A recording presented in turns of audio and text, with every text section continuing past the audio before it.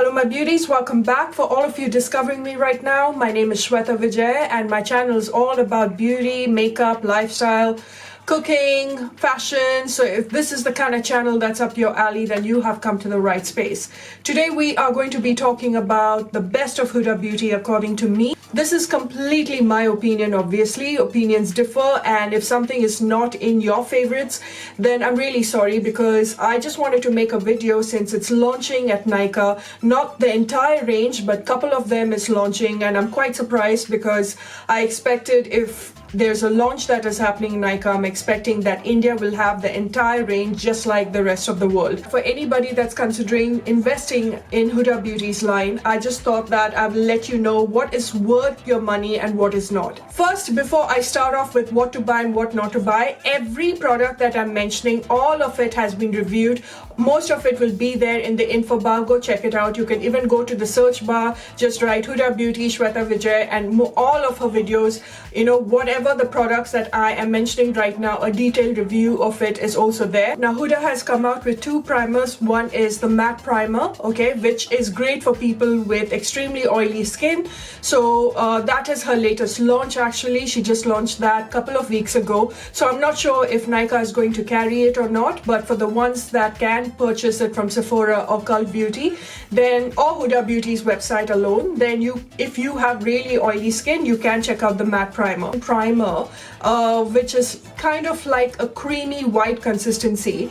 That actually made my skin a lot more oilier. Huda did mention that people with extremely dry skin can apply the primer first and then apply the foundation on top, and it will mesh well with the dry skin. I did not enjoy the primer for the dry skin one, the first launch. The matte primer that she launched, it worked for me pretty well because I've got a combination to an oily skin. But saying that, do you actually need the Huda primer? I don't think so. You can definitely give it a skip because there are so many drugstore versions that are better than the Huda primer, to be honest. The one thing that I did not like about the primers is the fragrance that is infused in it. I would definitely skip that, but obviously it's a personal choice. If you are a big fan of Huda, then you can go with the primer as well.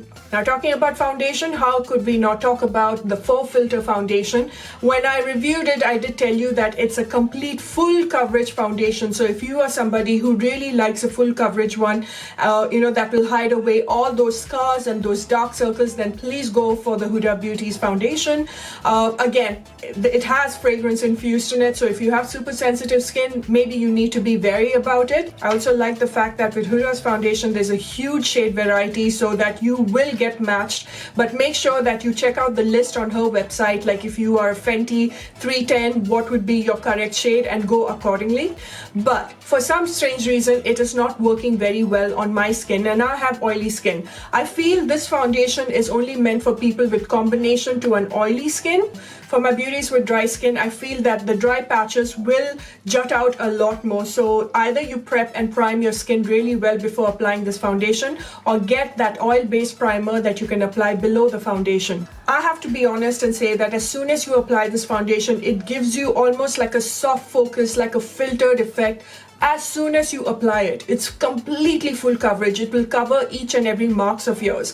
But after a couple of hours, I started noticing a little bit of a patchiness on my skin. This foundation will work beautifully if you have crystal clear skin.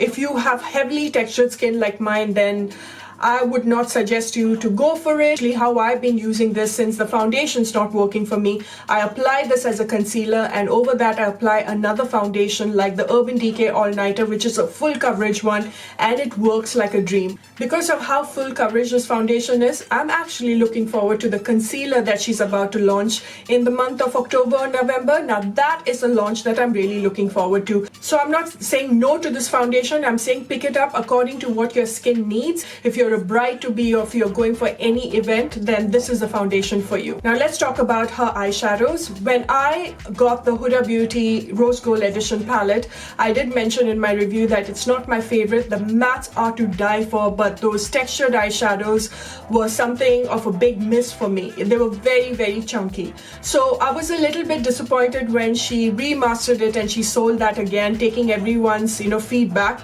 I felt a little gutted because every everyone who bought the Rose Gold Edition palette spent a lot of money because her eyeshadow palettes are not cheap at all. But keeping all that controversy aside, she did launch the Rose Gold Remastered, she launched Desert Dusk and Obsession palettes, those little mini palettes, and I would tell you, hands down, blindly go and buy all of her eyeshadow palettes, whatever that you want to invest in, because everything is absolutely stunning. The pigmentation, the formula, the blendability, everything is just lovely. Even the Rose Gold Remastered, the mattes are so beautiful, just like the older one, but it's little more refined, more pigmented, and even the textured eyeshadows are so beautifully foiled. It is not chunky like how it was before. I just love it. I think between the Desert Dusk and the Rose Gold Edition palette, I would suggest the Rose Gold Edition palette for you to buy. If you're thinking of that one palette to invest in from Huda Beauties, then go check out that one because it's a very versatile palette. But I do love the Desert Dusk as well. The same formula, same texture, same pigmentation, but the colors are different. It's more, it's much more cool toned. Because of its pink cool tones, I feel that the looks will be limited. I have to give a special mention to the Obsession palettes, which you have to invest in. Pick one or two, you guys, because they're very, very travel friendly. I love the size of it. I love how it's got a mirror. It's easy for you to just put it in your makeup bag. Whenever I travel, I just take the Obsession palettes. The pigmentation of these palettes are to die for. They're buttery soft. They're extremely, extremely pigmented. They blend like a dream. So you don't need to carry those big, bulky palettes when you travel. The three standout Obsession palettes from the entire range is the Warm Brown, the Electric Obsessions, and the Gemstone. Those colors are to die for, especially the Warm Brown and the Electric Obsession. Every time I want a little more vibrant colors on my eyeshadow or on my existing shadows, I use the Electric Obsessions. I think she has completely nailed it in the eyeshadow range. Now, when it comes to highlighters, I can say it's a hit and a miss depending on your skin type. If you have acne, textured skin, or you have little open pores, this could be the highlighter that won't work for you. Okay, this highlighter, I don't know, something about the highlighter. For me, the very concept of even adding a shiny blush or a shiny contour, it gets to me because I love a matte contour and a matte blush. If you see the 3D highlight palette, and I just wore the Golden Sand one, and can you see the gold in it? It looks really lovely from far. It looks extremely pigmented, and I'm someone who doesn't like to wear a lot of highlighter because of my skin problem. But this highlighter tends to protrude those textured skin of mine a lot more. So unless you have crystal clear, pure, beautiful, flawless complexion, I don't think you're going to enjoy the highlighter as much. And it is quite expensive, okay, for the highlighter. And I feel there are so many beautiful ones out there. For me, my favorite highlighter comes from YBP, Charlotte Tilbury. I think even Maybelline makes some really beautiful. The Master Chrome is also a beautiful, beautiful dupe of this one, the Golden Sand. Especially PAC highlighters, my god, those are absolute bomb. In my opinion, they're not my favorite. Now let's talk about the Easy Bake powder that she launched, which I'm not very sure that NYKAA has it as of yet. I think they plan to launch this very soon. But if you get your hands on it, please, without a doubt, go buy the Easy Bake powder because they are stunning. They're finely milled. They have a beautiful mesh clothing that makes the powder come out even more finely milled, as soon as you get it out.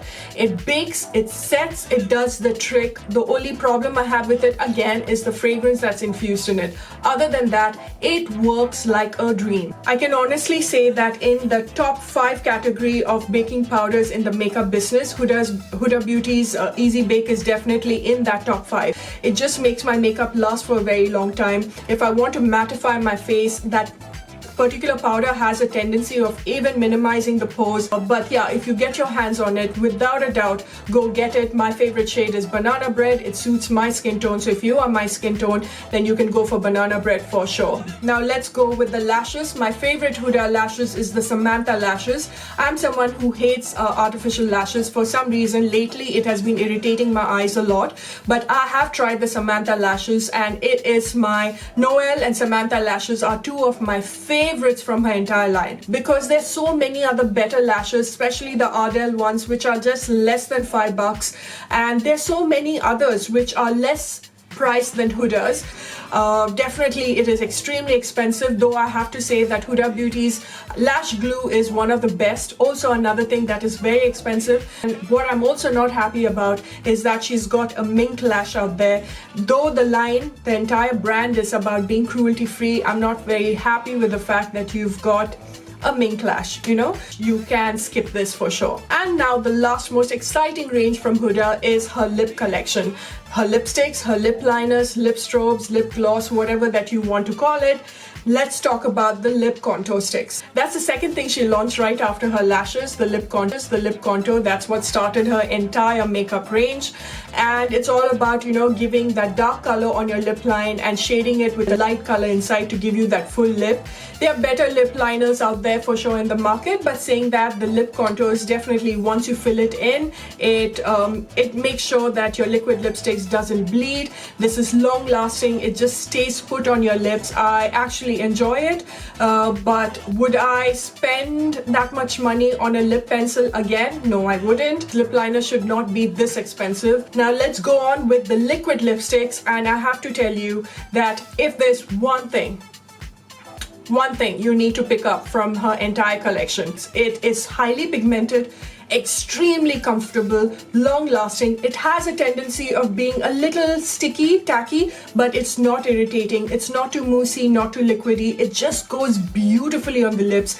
The shade variety in her liquid lipsticks are to die for. It has the same formula. If you have tried the Sephora cream lip stain, I always say that the Sephora and the Huda Beauties go hand in hand when it comes to the best liquid lipstick in the market. Extremely comfortable. I love the nude collection that she has.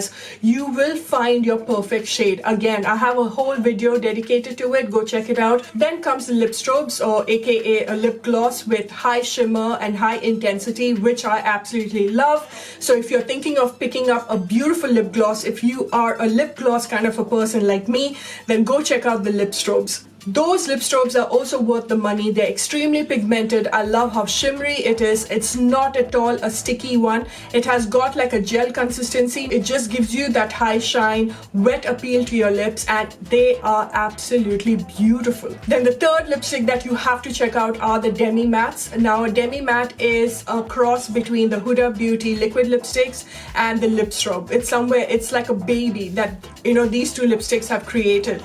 And a DEMI matte is that high intensity shine, kind of a vinyl finish that it gives onto your lips. And if you want to make it a little less, you know, intense, you just take a tissue paper, you dab it, and it becomes a demi matte look, just like the name goes. Okay, and what I like about it is its pigmentation. It is heavily pigmented. The colors are beautiful. It gives you that high shine vinyl finish, and it lasts for a very long time because of how pigmented it is, but it is something that will transfer. I have to give a special mention to her metallics, which you can absolutely skip.